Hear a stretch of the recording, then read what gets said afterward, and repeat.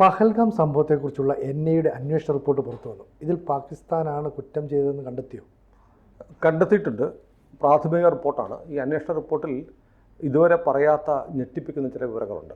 അത് പറയും മുമ്പ് എന്തുകൊണ്ടാണ് NIAയുടെ അന്വേഷണ റിപ്പോർട്ടിൻ്റെ പ്രാധാന്യം കൂടുന്നത് എന്ന് പറയാം. കാരണം അന്താരാഷ്ട്ര തലത്തിൽ ഇന്ത്യ പഹൽഗാമിൽ നടത്തിയ ഭീകരാക്രമണം പാകിസ്ഥാൻ നേരിട്ട് പാകിസ്ഥാൻ്റെ ഒരു കമാൻഡോയുടെ SSGയുടെ ഒരു കമാൻഡോയുടെ നേതൃത്വത്തിൽ നടത്തിയ ഭീകരാക്രമണമാണ് നമ്മൾ പറഞ്ഞുകൊണ്ടിരിക്കുകയാണ്. അപ്പോൾ പറഞ്ഞാൽ പോരാ, തെളിവ് വേണമല്ലോ, ആർക്കും ഒന്നും പറയാം.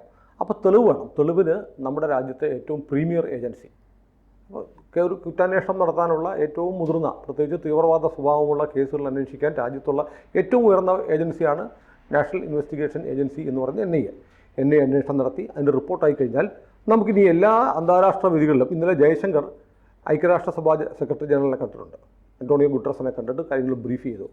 നിശ്ചയമായും അദ്ദേഹം ബ്രീഫ് ചെയ്യുന്ന കൂട്ടത്തിൽ അദ്ദേഹത്തിൻ്റെ പക്കൽ NIAയുടെ ഈ പ്രാഥമിക അന്വേഷണ റിപ്പോർട്ടും ഉണ്ടായിരിക്കാം. ഇത് ലോകത്തിലെ എല്ലാ രാജ്യങ്ങൾക്കും നമ്മൾ കൈമാറും.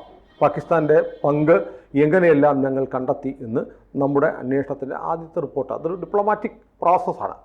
അപ്പോൾ അതിന് ഡോക്യുമെൻ്റ് വേണം. ആ ഡോക്യുമെൻ്റ് ആയിരിക്കുന്നു. ആ ഡോക്യുമെൻറ്റിൽ ഞാൻ പരിശോധിക്കുമ്പോൾ എനിക്ക് കണ്ടത്, നമ്മൾ പഹൽഗാം ആക്രമണം എന്ന് പറഞ്ഞാൽ പഹൽഗാമിൽ നിന്ന് 5-6 കിലോമീറ്റർ നടന്നു കയറിപ്പോയാൽ ഇന്ത്യയിലെ മിനി സ്വിറ്റ്സർലൻഡ് എന്നറിയപ്പെടുന്ന മനോഹരമായ ഒരു മെഡോ എന്ന് വെച്ചാൽ പുൽമേടാണ് ഈ ബൈസരൺ വാലി എന്ന് പറയുന്നത്. ബൈസരൺ വാലിയിലാണ് ആക്രമണം നടന്നത്. അപ്പം ഈ NIAയുടെ റിപ്പോർട്ടിൽ പറയുന്നത് ബൈസരൺ വാലി അല്ല, മറ്റ് 3 സ്ഥലങ്ങൾ കൂടി ഇവർ പ്ലാൻ ചെയ്തിരുന്നു. അത് മറ്റ് രണ്ടെണ്ണവും 2 വാലികളാണ്, 2 താഴ്വരകളാണ്. ഒന്ന് ബറ്റാബ് വാലി, ബറ്റാബ് താഴ്വര, അരു താഴ്വര എന്നിവയും ബൈസരൺ വാലിക്കൊപ്പം ഇവരുടെ ലിസ്റ്റിലുണ്ടായിരുന്നു. അതുകൂടാതെ അവിടെ അടുത്ത് പ്രവർത്തിക്കുന്ന ഒരു അമ്യൂസ്മെൻറ്റ് പാർക്ക് ഉണ്ടായിരുന്നു. അമ്യൂസ്മെൻറ്റ് പാർക്ക് അറിയാമല്ലോ, 100 ആളുകൾ ജെയിൻ വീലും മറ്റു പരിപാടിയൊക്കെയുള്ള അമ്യൂസ്മെൻറ്റ് പാർക്ക് ഒരേ സമയത്ത് 1000 ആളുകളുണ്ടാവും. അങ്ങനെ 4 കേന്ദ്രങ്ങളാണ് ആക്രമിക്കാൻ ഇവർ കണ്ടെത്തിയിരുന്നത്. നമ്മൾ നേരത്തെ പറഞ്ഞിരുന്നു, ആദ്യമേ ഇവർക്കൊരു പ്ലാൻ A ഉണ്ടായിരുന്നു.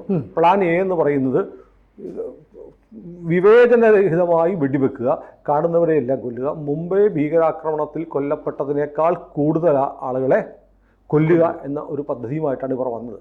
പക്ഷേ ജമ്മുവിൽ പല സ്ഥലങ്ങളിലും അതീവ സുരക്ഷ ഉള്ളതുകൊണ്ട്, എല്ലായിടത്തും സൈന്യത്തിൻ്റെ സാന്നിധ്യം ഉള്ളതുകൊണ്ട് അങ്ങനത്തെ ഒരു ആക്രമണം നടത്താൻ കഴിയില്ല എന്ന് ബോധ്യപ്പെട്ടതുകൊണ്ടാണ് ഇവർ ബൈസരൺ വാലിയിലേക്ക് പോയത്.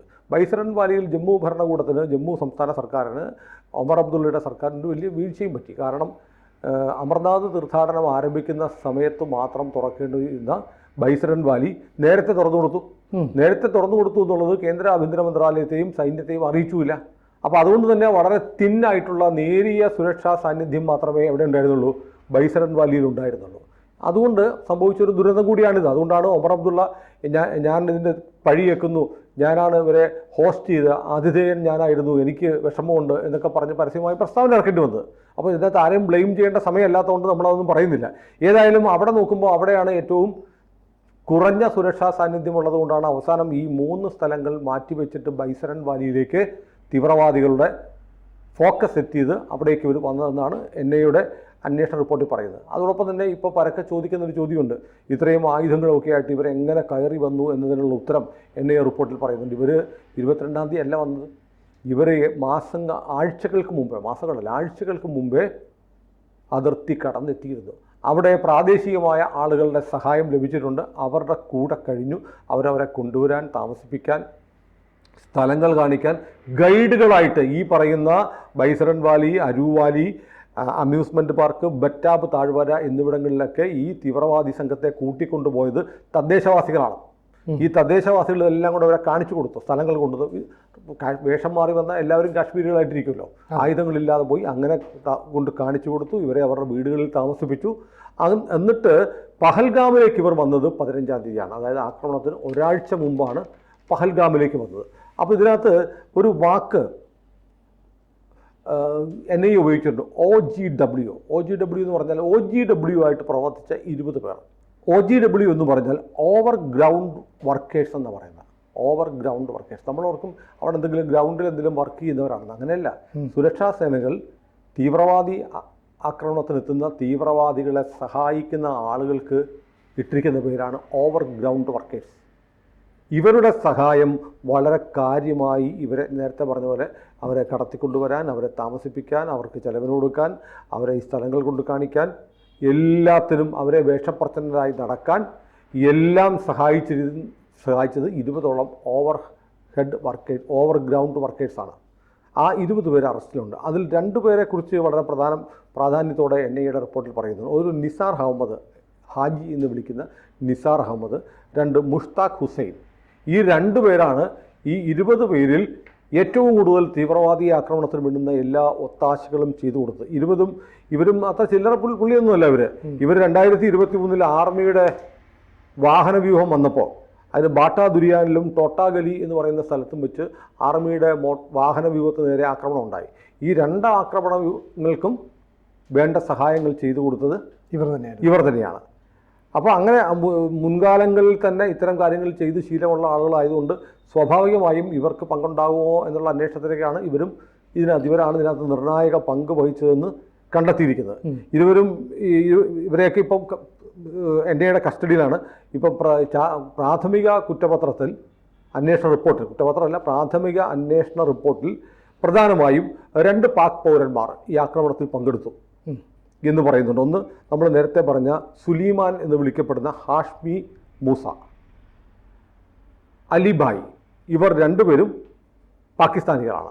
ഇവർ 2 പേരെയാണ് ഇനി കിട്ടാനുള്ളത്. അവർക്ക് വേണ്ടിയിട്ടുള്ള തെരച്ചിലാണ് സൈന്യം തുടർന്നുകൊണ്ടിരിക്കുന്നത്. അതിർത്തി കടന്നവർ പോയിട്ടില്ല എന്ന് സൈന്യം ഉറപ്പിക്കുന്നുണ്ട്. അവരെ തെരഞ്ഞുകൊണ്ടേയിരിക്കുകയാണ്.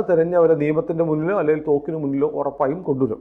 പിന്നെ ഇതിനു വേണ്ടിയിട്ട് NIA പറയുന്നു, ഞങ്ങൾ എങ്ങനെയാണ് ഇത് നടത്തുന്നത്. ആക്രമണം എല്ലാം വളരെ ഡീറ്റെയിൽഡായിട്ട് ഒരു 3D മാപ്പിംഗ് നടത്തി, അറ്റാക്ക് സൈറ്റിൽ പരിശോധനകൾ നടത്തി, എല്ലാം വളരെ കൃത്യമായി പരിശോധന നടത്തി. ഇത് മാത്രമല്ല, ഒരു പ്രധാനപ്പെട്ട ഒരു കാര്യം പറയുന്നത്, അവിടെ നിന്നുണ്ടായിരുന്ന മൊബൈൽ നമ്പറുകളെല്ലാം ആ സമയത്ത് ആ മേഖലയിലുണ്ടായിരുന്ന എല്ലാ മൊബൈൽ നമ്പറുകളുടെയും ഡാറ്റ വിലയിരുത്തി. പക്ഷേ 3 സാറ്റലൈറ്റ് ഫോണുകൾ ഈ ആക്രമണം നടക്കുന്ന സമയത്ത് അവിടെ ആക്റ്റീവായിരുന്നു കണ്ടെത്തിയിട്ടുണ്ട്. അതിൻ്റെ ഡാറ്റ എടുക്കാനുള്ള ശ്രമങ്ങൾ ബൈസരൻ വാലിയിൽ നിയമവിരുദ്ധമായി 3 സാറ്റലൈറ്റ് ഫോണുകൾ പ്രവർത്തിച്ചതിൻ്റെ വിവരങ്ങൾ ലഭിച്ചിട്ടുണ്ട്. അതൊക്കെ ഡീകോഡ് ചെയ്യുന്നുണ്ട്. പക്ഷേ ഇത് ഉറപ്പാണ്, സാറ്റലൈറ്റ് ഫോണുകൾ ഇന്ത്യയിൽ നിരോധിച്ചിരിക്കുകയാണ്. അപ്പോൾ ബൈസരൻ വാലിൽ ഇത് ഉപയോഗിച്ചത് തീർച്ചയായും ടെററിസ്റ്റുകളായിരിക്കണം. കാരണം അവർക്ക് മറ്റ് കമ്മ്യൂണിക്കേഷൻ നെറ്റ്വർക്ക് വഴി ഉപയോഗിച്ചാൽ അത് ചോർന്നു പോകാനുള്ള സാധ്യത ഉള്ളതുകൊണ്ട് ഒരു സാറ്റലൈറ്റ് ഫോണാണ് ഉപയോഗിച്ചത്. അപ്പോൾ അതും അത്രയും കാര്യങ്ങൾ കണ്ടെത്തിയിട്ട് കൃത്യമായി ഇതിനകത്ത് 2 പാകിസ്ഥാനികൾ നേരിട്ട് ഇന്ത്യക്കാരായ 20ഓളം വാലിയിലെ ഓവർ ഗ്രൗണ്ട് വർക്ക്സ് എന്ന് പറയുന്ന, നമുക്ക് വേണമെങ്കിൽ ചതിയന്മാരെന്ന് പറയാം അല്ലേ, അവരെ നമ്മുടെ ഒറ്റുകാരായിട്ട് പ്രവർത്തിച്ച കാശ്മീരികളായ 20 പേരും സഹായത്തോടെയാണ് ഈ ഓപ്പറേഷൻ നടത്തിയെന്നാണ് NIAയുടെ റിപ്പോർട്ടിൽ പറയുന്നത്. അപ്പോൾ പ്രാഥമിക റിപ്പോർട്ടാണ്. ഇനി കൂടുതൽ അന്വേഷണം നടത്തേണ്ടതുണ്ട്. കൂടുതൽ അന്വേഷണം നടത്തുമ്പോൾ പാകിസ്ഥാനുമായി ബന്ധപ്പെട്ട് പാകിസ്ഥാൻ്റെ പങ്ക് സ്ഥാപിക്കുന്ന തരത്തിലുള്ള കൂടുതൽ വിവരങ്ങളാണ് അടുത്ത ഇൻവെസ്റ്റിഗേഷൻ അല്ലെങ്കിൽ അന്തിമ റിപ്പോർട്ടിൽ വരേണ്ടത്. ഏതായാലും ഒരു കാര്യം നമ്മൾ ഉറപ്പിക്കുന്നു, ഒന്ന്, പാകിസ്ഥാനികൾക്ക് നേരിട്ട് ബന്ധമുണ്ട് എന്ന് പറയുന്നു. മാത്രമല്ല, അവർ വലിയൊരു കൂട്ടക്കൊലയാണ് പ്ലാൻ ചെയ്തതെന്നും 3 സ്ഥലങ്ങൾ ഒരേ സമയം ബൈസരൻ വാലിക്ക് പുറമെ 3 സ്ഥലങ്ങൾ കൂടി ഇവർ ടാർഗറ്റ് ചെയ്തിരുന്നുവെന്നും, അങ്ങനെ ആയിരുന്നെങ്കിൽ നമ്മൾ ആലോചിച്ച് നോക്കിയേ, മരണസംഖ്യ കൂടും. ഒരേ സമയം കാശ്മീരിലെ 3-4 സ്ഥലത്തെടുത്ത് ഭീകരവാദി ആക്രമണം നടന്നു എന്നൊക്കെ പറഞ്ഞാൽ മുന്നിൽ തന്നെ നമ്മൾ നാണം കെട്ടുപോകുന്നത് മാത്രമല്ല, നമുക്ക് രാജ്യത്തുണ്ടാവുന്ന ഒരു അനിശ്ചിതത്വം, അരക്ഷിതാവസ്ഥ അതിഭീകരമായിരുന്നു. ഏതായാലും അത് സംഭവിച്ചില്ല. അതിന് കാരണം എന്ന് പറഞ്ഞാൽ 2024 തന്നെ 144 ഭീകരന്മാരെ, അതിർത്തി കടന്നു വന്നവരെ നമ്മുടെ സേന കൊലപ്പെടുത്തിയിട്ടുണ്ട്. നമ്മുടെ സേനയുടെ നിതാന്ത ജാഗ്രത, ജീവൻ പണയപ്പെടുത്തിയും സേന അതിർത്തിയും ആളുകളെയും കാത്തു രക്ഷിക്കുന്നു എന്നതുകൊണ്ടാണ് ഇത്തരം വലിയ അപകടങ്ങൾ ഒഴിവായി കിട്ടിയത്. സേനയുടെ സാന്നിധ്യമുള്ള ഒരിടത്തും ഇവർക്ക് ഈ പറഞ്ഞ പോലെയുള്ള അവരുടെ പ്ലാൻ എ പ്രകാരമുള്ള ഓപ്പറേഷൻസ് നടത്താതെ വന്നപ്പോഴാണ് ബൈസരൻ വാലിയിലെ ഏറ്റവും സുരക്ഷ കുറഞ്ഞ സ്ഥലം നോക്കിയിട്ട് ഈ ആക്രമണം നടത്തിയതെന്നാണ് NIAയുടെ റിപ്പോർട്ടിൽ പറയുന്നത്. കൂടുതൽ വാർത്തകളും വിശേഷങ്ങളും നിങ്ങളിലേക്ക് എത്താൻ ABC മലയാളം സബ്സ്ക്രൈബ് ചെയ്യുക, ബെൽ ബട്ടണും അമർത്തുക.